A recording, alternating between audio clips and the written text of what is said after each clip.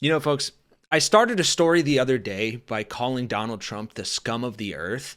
But after this heart-wrenching story that I have to share with you today, calling Donald Trump or the Republicans that support him scum is frankly an insult to scum. Because today, a poor woman who lost her son to gun violence and supports Kamala Harris was, in her own words, distraught after seeing herself in an attack ad against Harris. Comments from an interview she gave about gun violence and her dead son being used to support Donald Trump. Is nothing fucking sacred to these people? Is there a low that Republicans won't stoop to? I mean, apparently not. And we'll get to this story in a second, and it is heartbreaking, and I'm sorry in advance for any distraught it causes. But this isn't even the first time this week Donald Trump and his allies have disrespected the dead as well as the people they claim to support, their family, their loved ones. Last month it was Arlington Cemetery. Years before that it was John McCain. It's war veterans. And this week he goes back to Butler, Pennsylvania, where he almost died and a firefighter did die, a firefighter whose widow was in the crowd, and he fucking said this. But Corey had the best seat in the House, and he was that Corey would be on the stage 3 months later in an almost immortal position, and that's where he is today. He's on the stage in a, I think it's a truly immortal position. But apparently that's all we are. That's all our tragedy is to Republicans, a political pawn, a means to their own political ends. Just ask Kimberly Burrell, who sat among a group of loved ones of Philadelphia's gun violence victims in July for an interview with a national television reporter. The gathering took place around the anniversary of the death of her 18-year-old son, Darrell Prey Jr. in 2009. And Burrell was a bundle of raw emotion. "I was a mess," said the 53-year-old paralegal who moved to Delaware about 2 years ago. "I couldn't stop crying." The reporter then pivoted with a few questions about the election for what would later become another segment. And though Burrell and others said they didn't want to talk much about politics, Burrell shared some general thoughts on the challenges of inflation as a single working mother. And I'll play you a portion of that interview so that they can then break down the absolute bastardization of her words and her tragedy from some Trump-supporting, billionaire-funded Republican PAC that thought this was the best way to get their message home. Does everybody know who they're voting for? Right now, inflation. So I'm monitoring who's talking the most about inflation. Re-entry. I would like to see everyone who is a criminal with federal charges still be able to vote.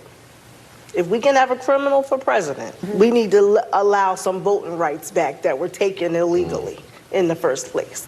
How hard has inflation hit you? It hit me hard. It's hitting me hard.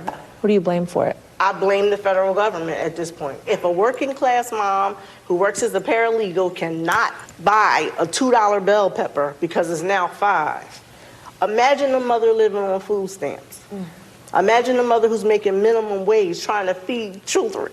They're killing us without killing us. If you understand that. They're killing us without telling us they're killing us. They're hurting people in ways that they can't help themselves. It's either feed my child or how about feed my children and I don't eat.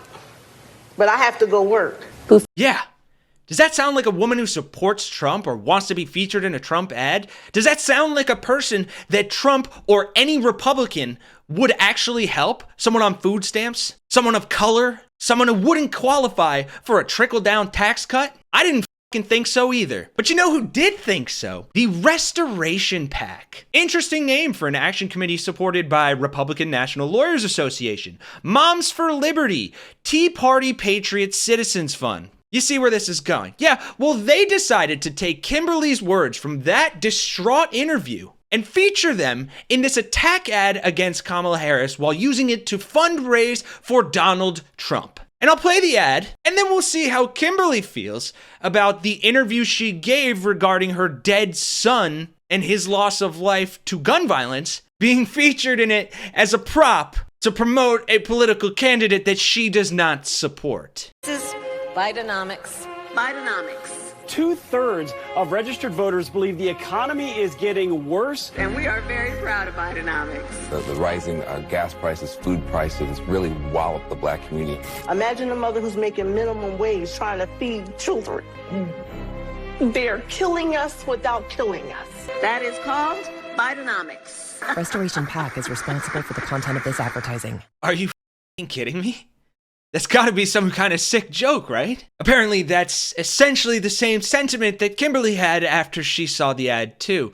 She'd nearly forgotten about the interview that she did with NBC until family and friends from across the country started reaching out to the lifelong Democrat last week to tell her they'd just seen her in a political commercial that was pro-Donald Trump. Burrell thought they must have gotten it wrong, but then she saw the ad and realized that the tear-stained face in it was her own. She was horrified.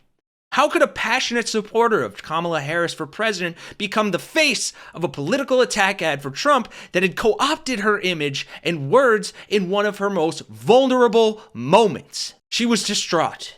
They can't just steal your image and comments and twist it the way they want it to be twisted, she said. It's just really sick. And I think Burrell hits the nail on the head there about how absolutely and utterly sick not only MAGA has become, but how sick and twisted the Republican Party writ large is, as well as the people who support them and their candidates, like these PACs, like Project 2025, the Heritage Foundation, people coming for your rights and apparently coming for your life, because it doesn't matter to them unless they can use it as a political prop. That commercial forced her to apologize for her words being twisted to support someone she does not. And it began airing October 2nd by Restoration PAC, which is largely funded by Republican mega donor Richard Oilheim, whatever. In 2018, he and his wife were the subject of a New York Times article headlined "The Most Powerful Conservative Couple You've Never Heard of." And when the reporter of the Philadelphia Inquirer reached out to the Trump campaign, a spokesperson referred their questions to Restoration PAC. And a spokesperson for the Restoration PAC, Dan Curry, sent this response. Your X feed indicates you are a hard partisan with a strong case of Trump derangement syndrome. Therefore, you don't need my help in cobbling together your biased column. Have a blessed day. What a fucking prick. And they end the column saying, remember the days when we at least pretended to be professionals?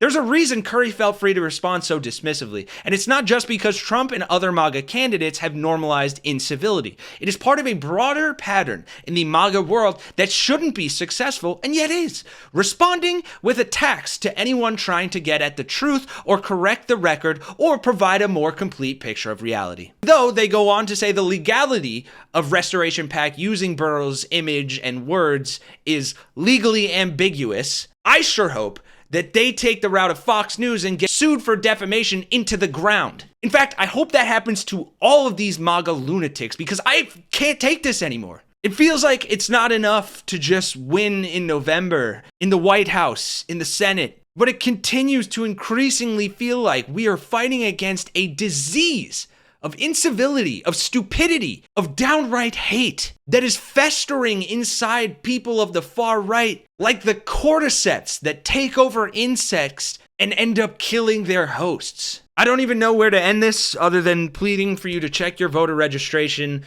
Let me know your thoughts in the comments, and just stand behind anyone who is fighting this hate and this mistruth, and support the people whose voices are being not only silenced, but weaponized against their own interests. And I know a lot of you are older than me, but I am 30 years old, and this kind of hate and bigotry and far-right extremism does not remind me of the America that I think of or think I grew up with. In fact, it reminds me of a much darker time in history on a different continent. If you made it this far, thank you for watching. Thank you for listening. Subscribe to the Really American Network. For Really American, I'm Kenny Hesse. I'll see you all in the next one.